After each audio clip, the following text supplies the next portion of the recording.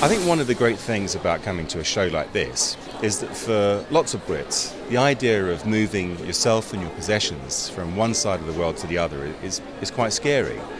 And when you come along to an expo and you get to meet people that you're going to be working alongside, people that are going to offer you a job and people that are going to change your lives for the better and forever, I think it's nice to be able to meet them face to face. Don't get me wrong, Skype is great, it's good to work on the phone, but here you're going to be able to talk to people and you're going to be able to build up that confidence about your move.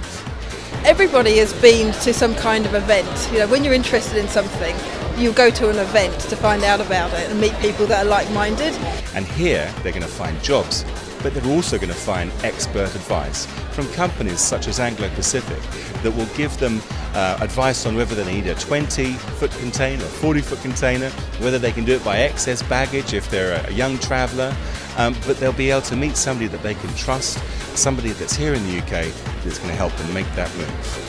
We do a wide range of services at Anglo Pacific. We do things from as small as excess baggage or baggage, from single suitcases, snowboards, surfboards, 1, 2, 3, 4 cartons of personal effects, right through to full households of migration families, returning nationals, or corporate people on secondment, whether it's the full effects of their household, partial effects of their household, or their household and even their motor vehicle, as well as services for pets, etc.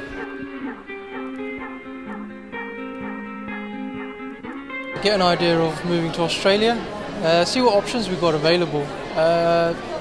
We've done searches online, but meeting people face to face, the experts as they'd say, gets us a kind of better insight, help us in the right direction, nudge us towards our final goal. Excess baggage is the smaller end of the scale, so it's predominantly for people who have been over here for a couple of years. Like myself, when I first moved over, I came over on a 2-year visa. You generally think you're going to live for a couple of years, travel and then move home, and you accumulate a bit of stuff, more than you could take on the plane when you flew, but not enough to warrant a whole shipping container. In that instance, what we do is basically have a chat on the phone, so a bit of a discussion about what you've got. We'll send a selection of different materials out to you. You pack the stuff yourself, which is different to the removal where we pack it for you.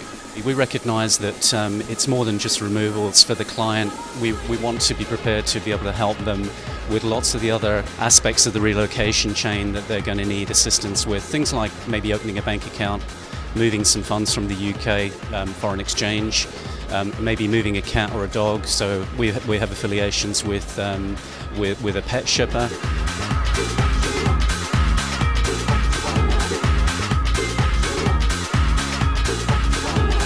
My name is Ben from the Commonwealth Bank of Australia.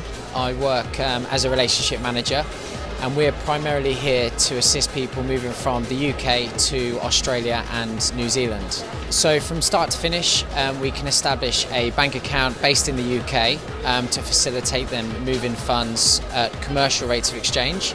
The one application form actually opens an account based in London and also an account in Australia or New Zealand. The benefit of going through it is you do get a commercial rate, it's low transfer fees, and when you actually arrive in Australia or New Zealand, you'll have your cards ready for you upon arrival. As far as shipping cars is concerned, we have several options.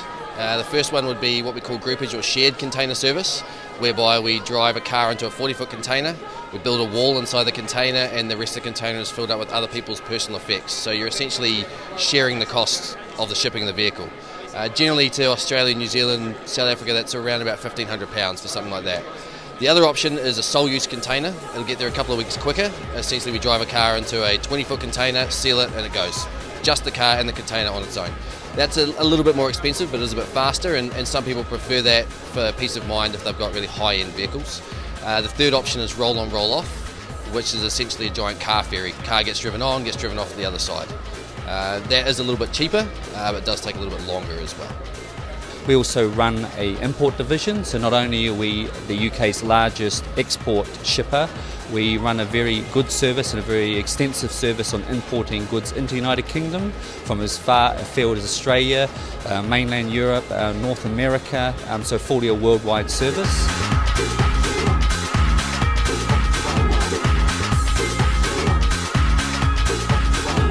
Hi, my name is Sean Tracy. I'm one of 9 sales estimators at Anglo Pacific. My current role involves me visiting families who are looking to move internationally. We assess volume and discuss customs clearance and quarantine inspection. We talk about costs, we talk about delivery services at destination.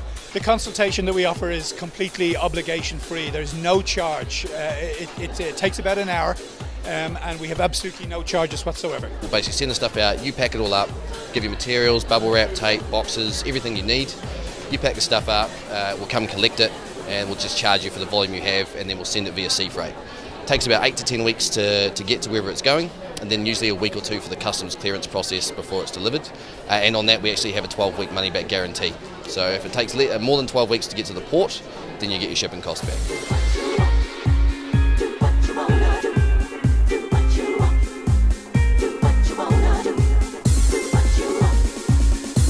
Just come to the expo down from Aberdeen. Trying to actually emigrate over to New Zealand hopefully for a couple of years. I was over there on a holiday a couple of years ago and had a really great time, so got friends over there, so I'm just kind of here to find out a bit more information. But yeah, there seems to be a lot of people here finding it interesting, so we'll keep trooping around, go to a couple of the seminars and see if we can find something that fits the bill and help her get a job back in Oz. We run these expos in London, Birmingham, Manchester, Newcastle, Dublin and Belfast. That's in the UK and Ireland. We also run them in Johannesburg. Yeah, we've been running them for 13 years and we pride ourselves in getting the best organisations that deal with migration in a room.